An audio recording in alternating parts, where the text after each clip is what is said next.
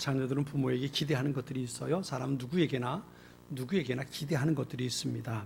그렇다면 하나님은 우리에게 무엇을 기대하고 계실까? 하나님께서 우리를 하나님의 자녀로 불러주셨고요, 하나님의 백성 되게 하셨고요, 여의도 제일교회를 세워주셨고요, 또 함께 모여서 예배할 수 있게 하셨어요. 그러면 왜, 역시 이제 퀘스천 마크를 다는 거죠. 왜 하나님은 나를 하나님의 자녀로 불러주셨고, 하나님은 왜 우리 교회를 여기에 세워주셨고, 하나님은 왜 우리를 구원해 주셨을까? 왜 하나님은 왜 사람의 몸을 입고 이 땅에 오셔서 십자가에서 모든 고난 당하시고 죽으셨을까? 왜? 하나님께서 과연 기대하고 계시는 게 뭘까요? 오늘 본문의 이야기는요, 예루살렘 교회 이야기입니다. 예루살렘 교회 생각해 보자고요. 예수님께서 부활하셨어요. 그리고 승천하셨습니다. 승천하신 후에 제자들이 모여서 기도할 때에 성령이 그들 가운데 임했고요. 그리고 그들이 나가서 복음을 전하기 시작합니다. 사도행전에 보면 세 가지 이렇게 단계를 거치는 걸 볼 수 있어요. 첫째는 성령 충만 받고 베드로가 가서 설교할 때에 3,000명이 회개하고 돌아서게 됩니다. 3,000명입니다. 그 다음에 나오는 장면을 보면 사도들이 가서 복음을 전할 때에 5,000명이 복음을 듣고 회개하고 돌아서게 됩니다. 그것만 따져도 우리 8,000명이에요. 그런데 그 다음에 어떤 내용이 나오냐 하면, 사도들이 가서 복음을 전할 때에 허다한 무리가, 이건 셀 수 없는 거예요. 허다한 무리가 그 도에 따랐다 그랬어요. 그러니까 예루살렘 교회를 한번 생각해 보자고요. 예루살렘 교회 성전 없어요. 예루살렘 교회 예배당 없어요. 그들이 모여서 성전에 모여서 말씀을 나누고 기도하기도 했고요. 교회 흩어져서, 가정마다 흩어져서 말씀을 나누고 기도하고 그런 일을 했어요. 그렇게 흩어져 있는 사람들이 첫 번째 3,000명이, 그 다음엔 5,000명이 더해졌고요, 그 다음에 허다한 무리가 더해졌어요. 그러면 몇 명쯤 됐을까요? 그죠? 몇 명쯤 됐을까요? 아마 그 숫자를 따져보면 적어도 몇만 명쯤은 됐을 거란 말이에요. 예루살렘 성이 오늘날 서울처럼 큰 도시가 아니에요. 그죠? 작은 도시란 말이, 작은 도시인데 그곳에 몇만 명이 되는 사람들이, 예수 믿는 사람들이 생겼어요. 그러니 얼마나 그 교회가 든든했을까요? 그죠? 이것도 오랜 시간이 지나서가 아닙니다. 단시간 내에 3,000명이, 거기 5,000명이 더해졌고, 그 다음에 허다한 무리가, 그리고 거기에 보면 제사장의 무리 가운데도 그 도에 합류하는 사람들이 있었다 그랬어요. 그러니까 그 예루살렘에 살고 있는 많은 사람들이 교회 안에 들어오게 되었다는 거예요. 그만큼 예루살렘 교회가 팽창하고 성장하게 되었다는 것을 우리가 볼 수 있습니다. 그런데 그 다음에 이어져서 벌어지는 사건이 뭐냐 하면, 교회에 대한 박해가 시작이 되는 거예요. 이게 바로 오늘 보면 앞에 7장부터 나오는 사건입니다. 사도들이 체포를 당했어요. 그리고 사내들이 공회 앞에서 재판을 받고 협박을 받습니다. 다시는 예수의 이름을 전하지 마라. 그 협박을 받고 제자들이 풀려납니다. 근데 그런 일 후에 그 다음에 7장에 나오는 사건이, 7장 뒷부분에 나오는 사건이 뭐냐면, 7 집사 가운데 한 사람인 스데반이 순교를 당하는 장면이 나옵니다. 그 가운데 등장했던 사람이 사울이죠. 나중에 바울이 되는 거죠. 사울이 스데반이 죽는 것을 당연히 여기고 거기에 증인이 되어서 스데반을 처형해버리고 맙니다. 그것도 처참하게 돌로 쳐서 죽여버리고 마는 거예요. 그런데 이것은 이제 시작에 불과했던 겁니다. 오늘 보면 1절은 그렇게 시작을 합니다. 그래서 사울은 그가 죽임을 당함을 마땅히 여기더라. 그날에 예루살렘에 있는 교회에 큰 박해가 있어 사도 외에는 다 유대와 사마리아 모든 땅으로 흩어졌다 그랬어요. 예수 믿는 사람들이 수만 명이 예루살렘에 있었는데, 스데반을 죽이는 것을 시작으로 해서 박해가 일어나서 사도들을 제외한 모든 신자들이 예루살렘에서 다른 곳으로 흩어지기 시작했다는 겁니다. 여기 등장하는 사람이 누구냐면 사울입니다. 사울이에요. 오늘 보면, 그래서 뒤에 보면 그런 말이 나오죠. 3절에 그렇게 시작합니다. 사울이 교회를 잔멸할새 각 집에 들어가 남녀를 끌어다가 옥에 넘겼다 그랬어요. 사울이 첫 번째 등장한 건 스데반이 죽는 장면이었어요. 앞에 7장 뒷부분에 나오는 거거든요. 사람들이 스데반을 처형할 때에, 그렇게 순교당할 때 그 사람들의 옷을 맡아가지고 증인 역할을 했던 게 사울입니다.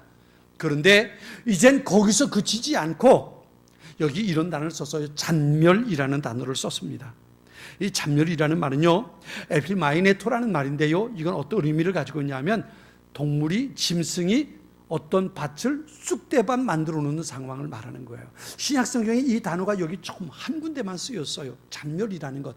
그만큼 잔인하게 사람들을 괴롭히는 것을 말하는 겁니다. 모욕을 준다, 더럽힌다, 파괴한다는 의미가 있는데요. 유대인들이 이 단어를 쓸 때는 그렇게 쓴 거예요. 어떤 멧돼지가 내려와서 고구마 밭을 쑥대밭 만들어 놓았다, 이럴 때 잔멸이라는 단어를 썼어요. 그러니까 예루살렘에 살고 있는 그리스도인들, 그 뒤에 보면 그렇게 얘기하잖아요. 사울이 각 집에 들어가 남녀를 끌어다가 옥에 넘겨. 이게 잔멸이에요. 예수 믿는 사람이 어느 집에 있다고 하면 군사를 데리고 들어가서 그 집에 들어가 가지고 그 집에 있는 사람들을 끄집어내다가 옥에 가두었다는 거예요. 그리고 그들은 그렇게 순교를 당하기도 합니다. 이게 사울을 통해서 일어났던 교회에 있었던 박해의 모습이에요. 사도들이 체포를 당해서 협박을 받고요. 스데반이 죽음을 당했고요. 그리고 사울로 인해서 집집마다 수색하고 신자들을 끌어다가 옥에 가두고요. 그 일로 인해서 예루살렘에 있던 모든 신자들은 사도들을 제외하고 모두가 다 뿔뿔이 흩어지게 되었다는 거예요. 왜 이런 일이 일어났을까요? 교회를 약한 이런 박해, 왜 이런 것이 일어나야 됐을까요? 하나님께서 예수님을 통해서 이 땅에 하나님의 거룩한 나라 세워가는 소중한 전처기지로 교회를 세우셨다면 왜 교회에 이런 박해가 있게 되었을까요? 이 이유를 알기 위해서는 교회를 향한 박해의 결과가 무엇인가를 우리가 생각해 보면 좋을 것 같아요. 우리가 잘 아는 말씀이죠. 사도행전 1장 8절의 말씀이에요. 우리 한번 암송해 볼까요? 시험에 들지 않을까요? 사도행전 1장 8절입니다. 자, 우리 같이 읽겠습니다. 오직 성령이 너희에게 임하시면 너희가 권능을 받고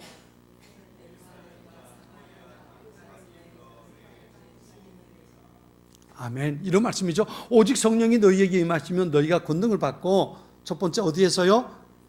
예루살렘과 그 다음에 온 유대와 그 다음에 사마리아와 그 다음에 땅끝까지 이르러 내 증인이 되리라. 예수님께서 승천하실 때에 제자들에게 주신 마지막 메시지가 이거였어요. 예루살렘을 떠나지 마라. 약속하신 성령이 너희에게 임할 때까지 예루살렘 떠나지 마라. 그리고 성령이 너희에게 임하시면 너희가 권능을 받을 것인데 그 다음에 예루살렘에서 그 다음에 온 유대로 그 다음에 사마리아로 그 다음에 땅끝까지 이르기까지 내 증인이 되어야 한다. 예수님 제자들에게 마지막 말씀하신 거예요. 이게 예수님께서 제자들에게 주신 마지막 메시지였단 말이에요. 사도행전은 예수님의 이 마지막 말씀이 어떻게 성취되어 가는가를 우리에게 보여주고 있어요. 성령이 그들에게 임했어요. 오순절날 그들이 기도할 때에 성령이 드디어 그들에게 임했습니다. 마음에 뜨거움을 느꼈어요. 불의 혀 같은 것들이 그들 위에 임했습니다. 성령이 충만해서 두려워 떨고 있던 제자들이 나가서 복음을 전하기 시작했어요. 예루살렘 길거리에 가서 시장거리 가서 사람이 모이는 곳마다 제자들이 갔어요. 그리고 그곳에서 예수님에 대해서 증언하기 시작했습니다. 너희들이 죽인 예수가 바로 하나님께서 보내신 메시아라고 제자들이 말하기 시작한 거예요. 이 메시지를 들은 사람들이 한 번은 3,000명, 또 한 번은 5,000명, 그 다음에 허다한 무리가 교회 안에 들어와서 믿음의 삶을 살아가기 시작했던 거예요. 이게 바로 초대 예루살렘 교회의 모습이었단 말이에요. 성령이 임하고 힘있게 복음이 전해지면서 예루살렘 교회는 3,000명, 5,000명 허다한 무리로 팽창하기 시작했던 겁니다. 그런데 여기까지 예루살렘 교회가 팽창하는 건 여기까지였어요. 그 다음에 이어져 나오는 이야기가 뭐냐 하면 교회에 박해가 일어나기 시작했다는 거예요.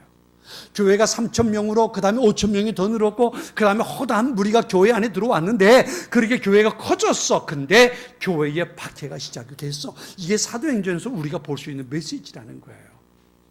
교회가 성장했으면 교회가 하는 일들이 참 많아야 되잖아요. 그래서 우리 교회는 이런 일을 했고, 그래서 이런 일을 했고, 이런 놀라운 일이 있었고, 그 다음에 그 얘기가 나와야 되는데, 교회가 이만큼 커졌으니까, 우리식으로 말하면 말이죠. 교인들이 이만큼 많아졌으니까 성전도 짓고, 예배당도 짓고, 기도원도 짓고, 막 그래야 이런 이야기가 나와야 되는데, 예루살렘 교회 안에서 그 얘기가 사라져버린 거예요. 교인이 3,000명, 거기 5,000명이 더해지고 그 다음에 허다한 무리가 더해져서 교인이 몇만 명이 됐는데 그 다음에 박해가 일어나기 시작했다는 거예요. 이게 예루살렘 교회의 모습이란 말이에요. 사울로 인해서 잔멸이라는 단어를 쓸 정도로 잔인한 박해가 예루살렘 교회 안에 일어나기 시작했던 거예요. 스데반을 비롯해서 많은 사람들이 순교를 당하기 시작합니다. 가정이 깨지기 시작합니다. 모든 일거리를 잃어버리게 됩니다. 그들의 생활이 어려움을 겪게 되는 거예요. 뿐만 아니라 오늘 본문에 보면 그런 말씀이 있어요. 2절에 있는 말씀이 경건한 사람들이 스데반을 장사하고 위하여 크게 울더라 그랬어요. 예루살렘에 통곡하는 소리가 있게 됐다는 거예요. 이게 예루살렘 교회 모습이에요. 3,000명, 그 다음에 8,000명, 그 다음에 몇만 명의 교회가 됐는데 그 다음에 이어지는 메시지는 그 교회가 통곡했다는 거예요. 이게 예루살렘 교회의 모습입니다. 그리고 그 다음에 이어지는 단어가 모든 신자들이 뿔뿔이 흩어지기 시작했다는 겁니다. 여기서 우리가 놓치지 말아야 할 게 있어요. 왜 예루살렘 교회가 이렇게 박해가 일어났을까? 여기서 우리가 놓치지 말아야 할 한 가지가 있어요. 그게 뭐냐 하면 교회의 핵심 가치가 무엇인가 라는 겁니다. 핵심 가치. 핵심 가치라는 건 가장 소중해서 반드시 지켜야 할 가치를 말합니다. 여러분의 핵심 가치는 뭘까요? 아버지로서, 어머니로서, 부모로서, 자녀로서, 직장에서 내가 직장인으로, 내가 다른 사람들과의 관계 속에서 내가 가지고 있어야 할 가장 중요한 핵심 가치가 있다면 그게 뭘까? 내가 정말 소중해서 이것만큼은 반드시 지켜야 한다고 생각하는 것들이 그 사람의 위치에 따라서 다 다르단 말이에요. 부모는 부모로서의 핵심 가치가 있어요. 자녀는 자녀로서의 소중한 일들이 있다고요. 그죠? 이게 서로의 직분 속에서 서로가 가지고 있는 위치 속에서 자기에게 정말 지켜야 할 가장 소중한 일들이 있단 말이에요. 이걸 놓치면 안 되는 거죠. 이 핵심 가치를 놓치고 엉뚱한 일을 하면 그 사람은 시간 낭비하는 거고 그 사람의 삶은 무너질 수밖에 없는 거예요. 무너질 수밖에 없는 겁니다. 그렇다면 교회의 핵심 가치는 뭘까요? 교회가 정말 소중해서 이것만큼은 반드시 지켜야 한다고 생각하는 그런 핵심 가치가 있다면 그게 뭘까요? 전에 어떤 목사님이 집회에서 설교하시면서 그런 얘기를 했어요. 한 교회 얘기를 했어요. 그 교회에 어떤 일이 벌어졌냐면 그 교회가 두 쪽이 났어요. 교인들이 한 400명 되는 교회인데요. 교회가 두 쪽이 났어요. 그래서 장로님 두 분 때문에 두 쪽이 나버리고 말았어요. 근데 무엇 때문에 장로님이 다 두 쪽이 났냐?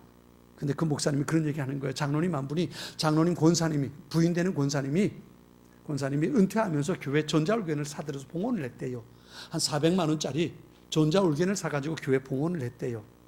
근데 그 봉헌한 전자울견을 강대상 위에 놓을까 아니면 성가대 맞은편 옆에 놓을까 이거 가지고 이제 의논이 갈라진 거예요. 봉헌한 권사님네 장로님은 전자울견이니까 늘 어느 교회나 다 그렇다. 강대상 바로 앞에 거기에 놓는 게 가장 있는 자리가 좋다. 그리고 얘기하는 거지요. 그런데 다른 장로님은 그걸 거기에 놓으면 강대상에 집중하지 못하니까 옆으로 놓자. 성가대 맞은편 옆으로 놓자. 그리고 얘기하는 거예요. 이 두 가지 의견이 팽팽하게 갈리면서 그것 때문에 교회가 두 쪽이 나버렸대요. 싸워가지고 그까지 게 뭔데 그걸 강대상에 놓으려고 하냐. 저쪽에 놔라. 그거 다른 교회 다 봐라. 전자울견 강대상 앞에 그 앞에 다 있다. 이것 가지고 싸우다가 교회가 갈라졌다는 거예요. 도대체 교회가 그것 가지고 싸울 것입니까? 그죠? 그거 어디 놓으면 어때서? 저 뒤에 갖다 놓으면 어떻고 말이죠. 다른 곳에 갖다 놓으면 어때서 말이에요. 그거 하나 가지고 그것 때문에 어디에 놓을까? 이것 가지고 싸우다가 교회가 두 쪽이 갈라졌다는 거예요.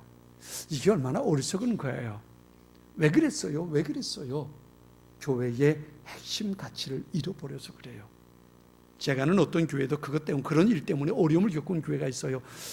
한 목사님이 한 교회 부임했는데요. 그날 700명 되는 교회 부임을 했는데 예배당이 굉장히 컸잖아요. 그런데 가운데 산드리아가 있는 거예요. 굉장히 큰 산드리아가 있는데 예배당을 리모델링 하면서 스크린을 가운데 교회가 큰 예배당이 크니까 가운데 스크린을 이제 놓은 거예요. 가운데 스크린을 놓으니까 이 프로젝트가 가운데 있어야 되잖아요. 그런데 이 산드리아 때문에 이게 안 되는 거예요. 그래서 목사님께서 이 산드리아 좀 옮기자. 이 산드리아 지금 우리 예배당에 리모델링하고 여기 스크린 놓고 빔 비춰야 되니까 이게 여기 중간에 있어서 안 되겠다. 이걸 좀 치우자. 그리고 얘기를 한 거죠. 그런데 그 교회도 마찬가지로 장로님 한 분이 은퇴하시면서 그걸 해놨다는 거예요. 예배당 손전지면서. 그래가지고 다른 장로님들이 절대로 안 된다고 그런다는 거야. 안 된다고. 그거 옮기면 그 장로님 시험에 든다고. 아니 그게 뭐라고 시험에 들 거리예요. 그죠? 그게 뭐라고 시험에 들 거리입니까? 정말 중요한 교회 핵심 가치가 무엇인지 그걸 모르니까 다른 곳에 집중해 버리고 마는 거예요. 교회 핵심 가치가 뭘까요? 교회가 반드시 지켜야 할 소중한 것이 있다면 그것이 뭘까요? 교회를 형태별로 나눠보면 두 가지 모습으로 나눌 수 있습니다. 하나는 모이는 교회가 있고요, 하나는 흩어지는 교회가 있어요. 교회 기능을 5가지를 보거든요. 교회에서 하는 일들을 5가지를 보는데 하나는 예배고요, 두 번째는 교육, 하나님 말씀을 배우는 교육이고요, 또 하나는 성도들 간의 신령한 교제고요, 그 다음에 봉사고 섬기고 봉사하는 거고요, 그 다음에 복음을 전하는 전도. 이 5가지가 교회가 할 수 있는 기능, 5가지 역할이라고요. 하나님 앞에 모여서 하나님 앞에 예배드리고 성도 간의 교제를 나누고 말씀을 배우고 그리고 그 받은 은혜를 가지고 세상을 섬기고 복음을 전하는 것, 이게 교회가 해야 할 5가지 모습이에요. 이것을 2가지 형태로 나눈 거예요. 하나는 모이는 교회고 하나는 흩어지는 교회입니다. 모이는 교회란 이렇게 우리가 모여서 할 수 있는 것이 뭐냐? 그 예배드리는 일이죠. 모여서 함께 예배드리고 말씀을 배우고 그리고 성도 간의 신령한 교제를 나누는 것, 이게 모이는 교회의 모습입니다. 그리고 봉사하고 섬기고 복음을 전하는 건 흩어지는 교회의 모습이에요. 흩어지는 교회입니다. 그러니까 교회는 5가지 기능을 가지고 있는데 이 5가지 기능을 2가지 형태로 나눈 거예요. 하나는 모여서 하는 일이 있고 흩어져서 하는 일이 있단 말이에요. 그러면 제가 한번 물어볼게요. 모이는 교회와 흩어지는 교회, 이 2가지 형태의 교회 모습 가운데 어느 것이 더 중요할까? 어느 것이 더 중요할까? 물론 모이는 교회와 흩어지는 교회, 2 교회 형태는 반드시 있어야 합니다. 왜냐하면 모여서 예배드리고 말씀을 배우고 그리고 성도 간의 교제를 나누면서 그러면서 은혜가 내 안에 채워지는 거예요. 예배를 드리면서 하나님의 은혜가 내 안에 채워지고요, 말씀을 들으면서 내 안에 든든한 믿음이 생겨나고요, 성도 간의 교제를 나누면서 그 안에 따뜻한 격려와 축복의 사건들이 일어난다고요.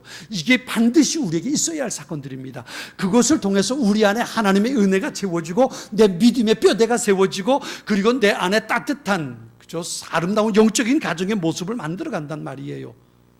그런데 그 다음엔 그렇게 받은 은혜 가지고 그렇게 생긴 든든한 믿음을 가지고 내가 무엇을 해야 할까? 그 다음엔 흩어지는 교회 모습이에요.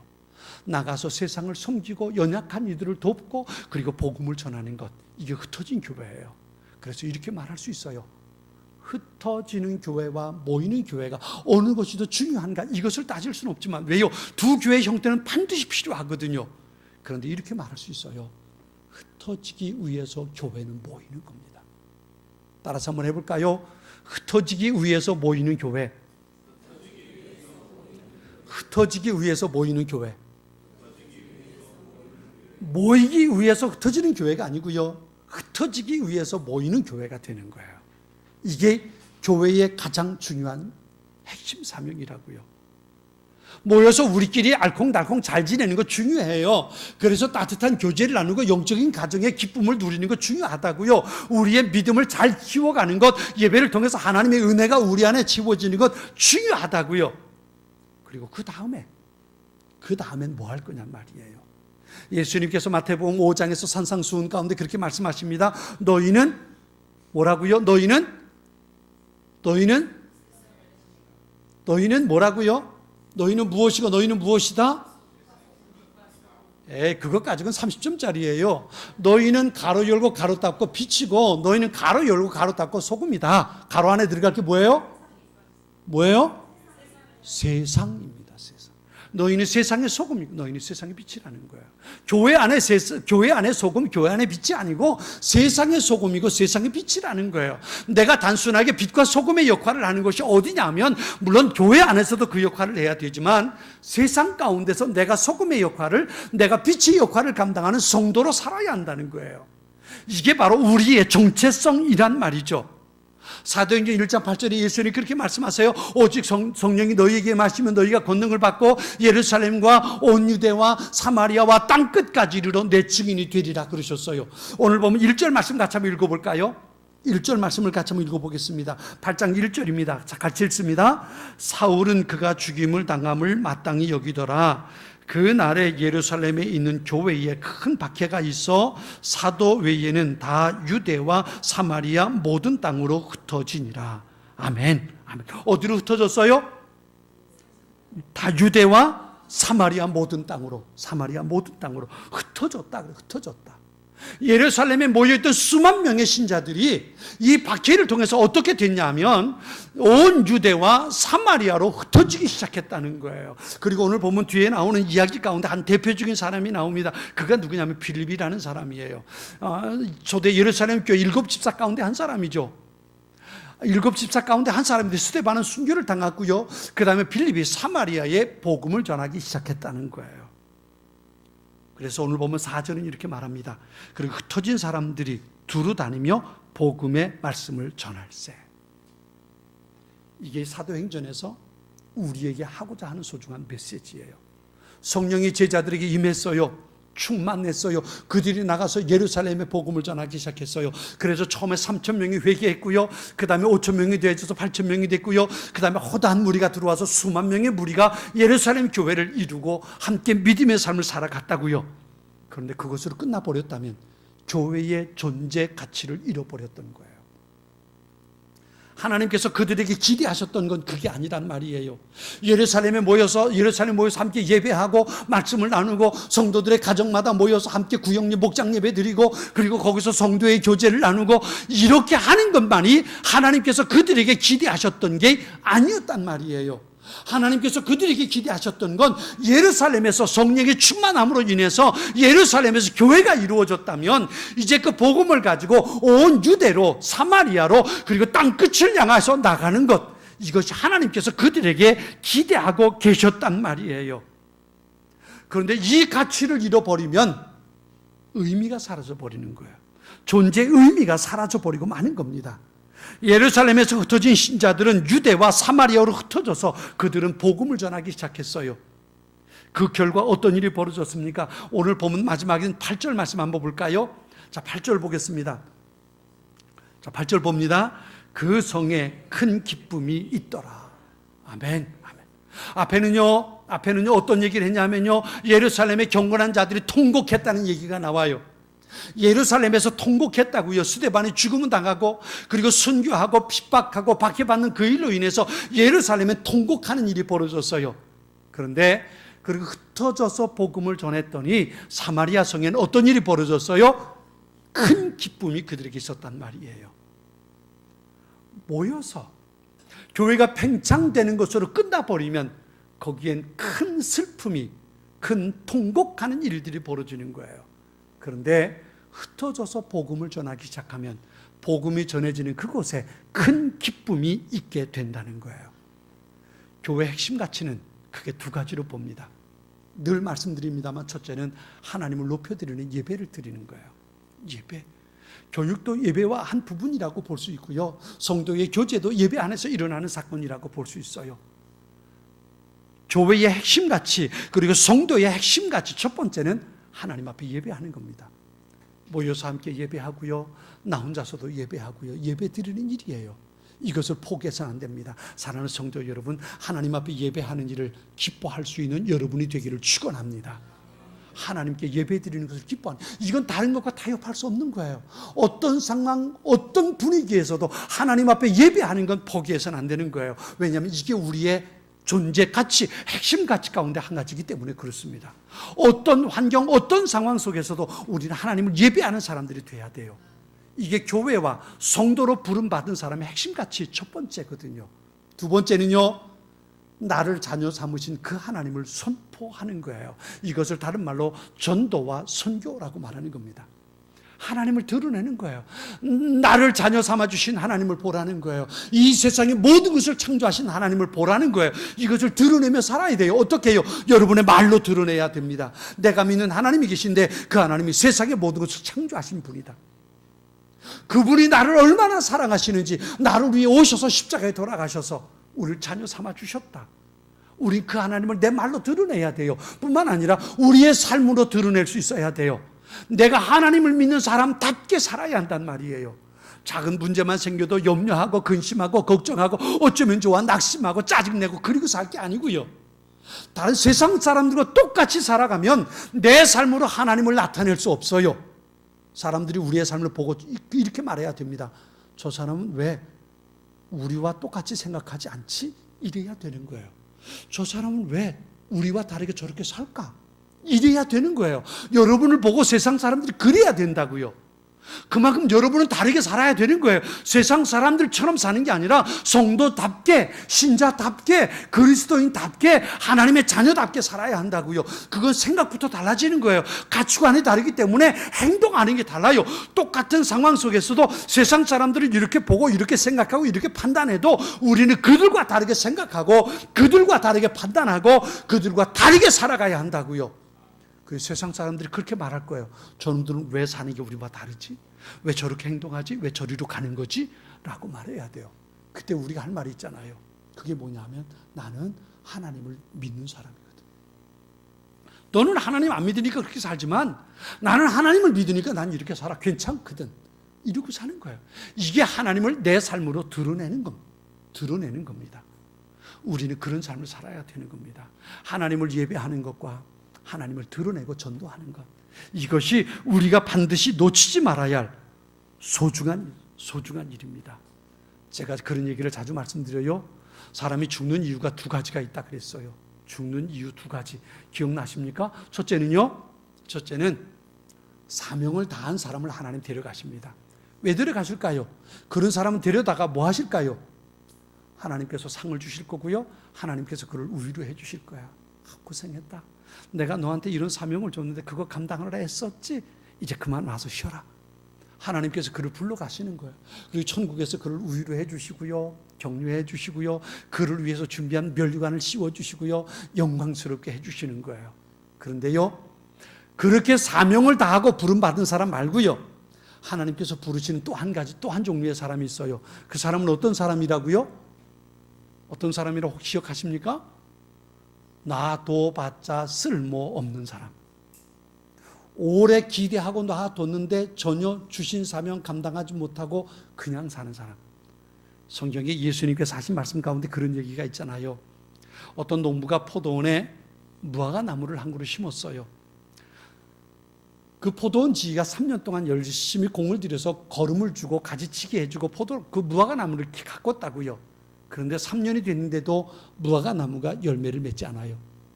그래서 포도원 주인이 그러죠. 포도원 지기에게 저거 찍어버려라.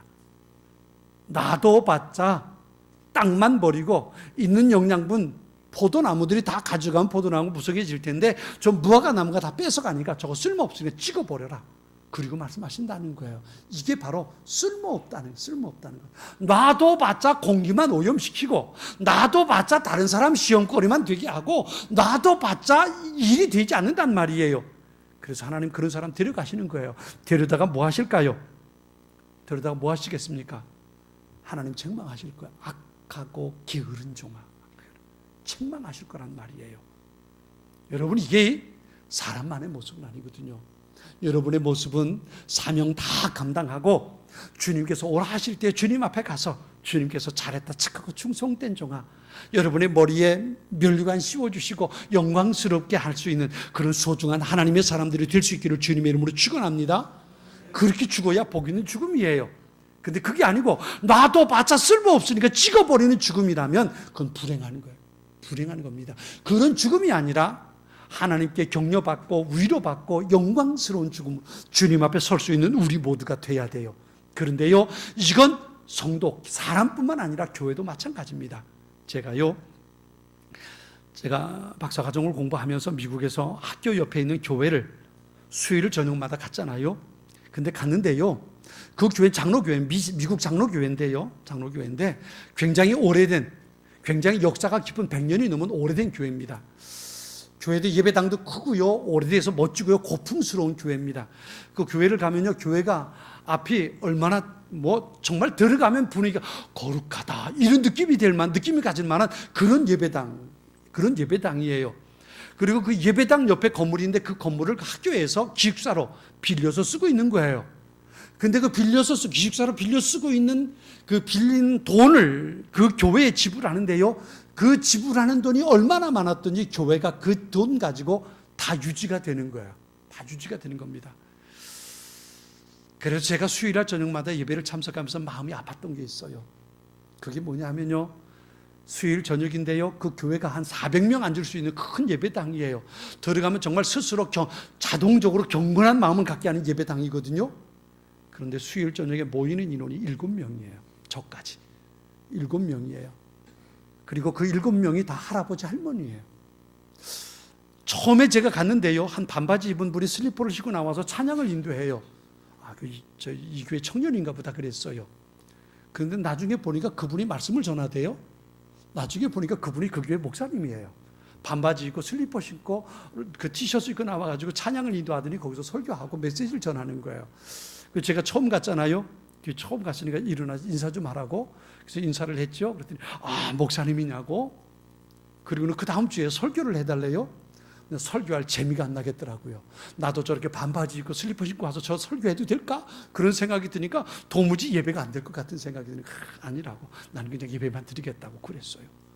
근데 지난번에 한번 소식을 들었잖아요. 소식을 들었는데 그 교회가 모두 학교에 그 모든 재산을 팔아버렸대요. 교회가 안 되는 거예요. 교회가 안 되는 거예요. 존재 핵심 가치를 잃어버리고 나면 교회는 존재하지 않게 되는 거예요. 유럽의 많은 교회들이, 미국의 많은 교회들이, 아니 우리 한국에도 그런 교회들이 이제 생겨나고 있다고요. 존재 가치, 핵심 가치를 잃어버리고 나니까 교회가 이 땅에 더 이상 존재할 필요가 없고 마는 거예요. 우린 이것을 두려워할 수 있어야 돼요. 하나님 앞에 예배하는 것과 복음을 전하는 이 일, 이 핵심 가치를 잃어버리면 교회는 이 땅에 존재할 의미가 사라져버리고 마는 거예요. 하나님께서 우리 교회를 이 땅에 이곳에 세우셨어요. 우리 교회가 이곳에 존재해야 할 이유가 뭘까요? 똑같습니다. 두 가지입니다. 하나님 앞에 예배하고 그리고 복음을 전하는 일입니다.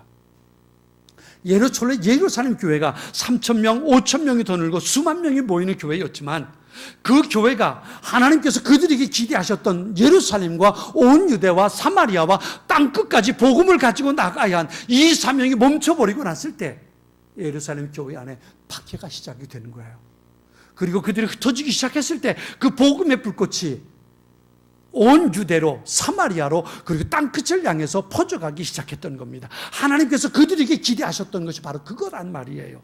하나님께서 예루살렘 교회를 세우고 그것에서 수많은 하나님의 백성들을 세워놓으신 이유가 바로 거기 있었단 말이에요. 예루살렘에서 온 유대로 그리고 사마리아로 그리고 땅끝을 향해서 복음을 가지고 가는 것, 온 세상에 하나님의 거룩하심을 드러내는 것, 이것이 교회가 가져야 할 핵심 가치였단 말이에요. 이것이 멈춰져 버리고 말았을 때 예루살렘 교회에 큰 통곡이 있게 된 거예요. 그리고 복음을 가지고 그들이 흩어지기 시작했을 때 흩어진 그곳에 큰 기쁨의 소식들이 나누어지게 되었던 겁니다.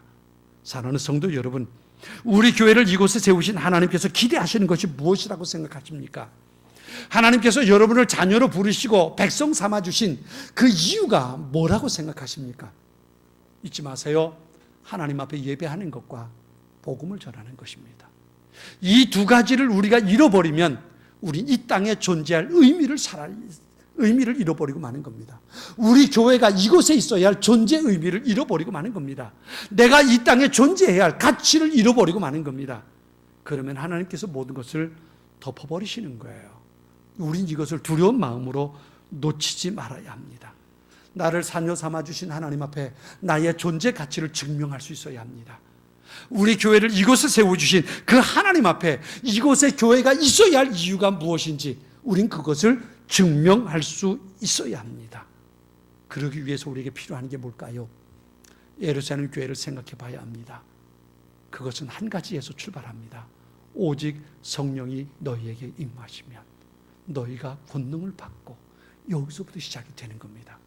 성령 하나님께서 우리 가운데 오셔서 우리 교회를 뜨겁게 불같이 역사해 주시면, 성령 하나님께서 내 삶 가운데 오셔서 내 마음을 뜨겁게 해 주시면, 성령으로 충만하게 우리 교회를 채워주시면 그때부터 이와 같은 일들이 시작되는 겁니다.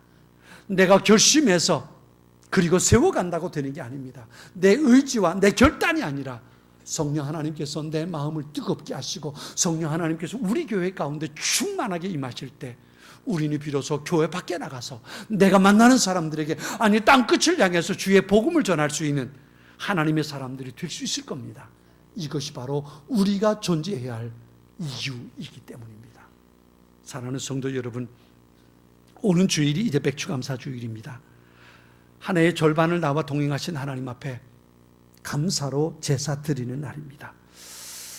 하나님께서 한 해의 절반 동안 내게 은혜 주신 것을 기뻐하실 수 있도록 그 하나님 앞에 감동을 드리는 그런 복된 예배를 한 주간 동안 준비하며 드릴 수 있게 되길 바랍니다. 한 해 동안 나를 인도해 주신 하나님 앞에 하나님께서 내게 주신 은혜가 어떤 것인지 한번 헤아려 보십시오. 그리고 그 마음 가지고 하나님 앞에 감사의 예물을 준비하고 드리도록 준비하십시오. 뿐만 아니라 하나님께서 기다리고 계시는 잃어버린 영혼을 찾아서, 어둠 속에 방황하는 영혼을 찾아서 주님 앞에 초대하고 함께 예배할 수 있는, 그래서 하나님 앞에 더 큰 감동을 드리는 그런 예배가 될 수 있도록 한 주간 동안 준비할 수 있기 바랍니다. 이번 주 금요일은 우리 한 가족 한 마음 기도해야 하는 날입니다.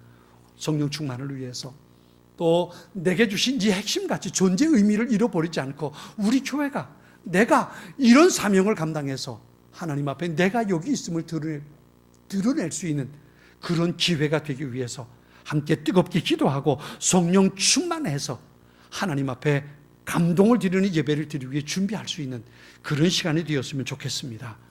하나님께서 주신 은혜 감사하고 복음의 메시지를 가지고 내게 주신 그 사명 감당하기를 힘쓰는 우리 모두가 될 수 있기를 바랍니다. 같이 기도하겠습니다.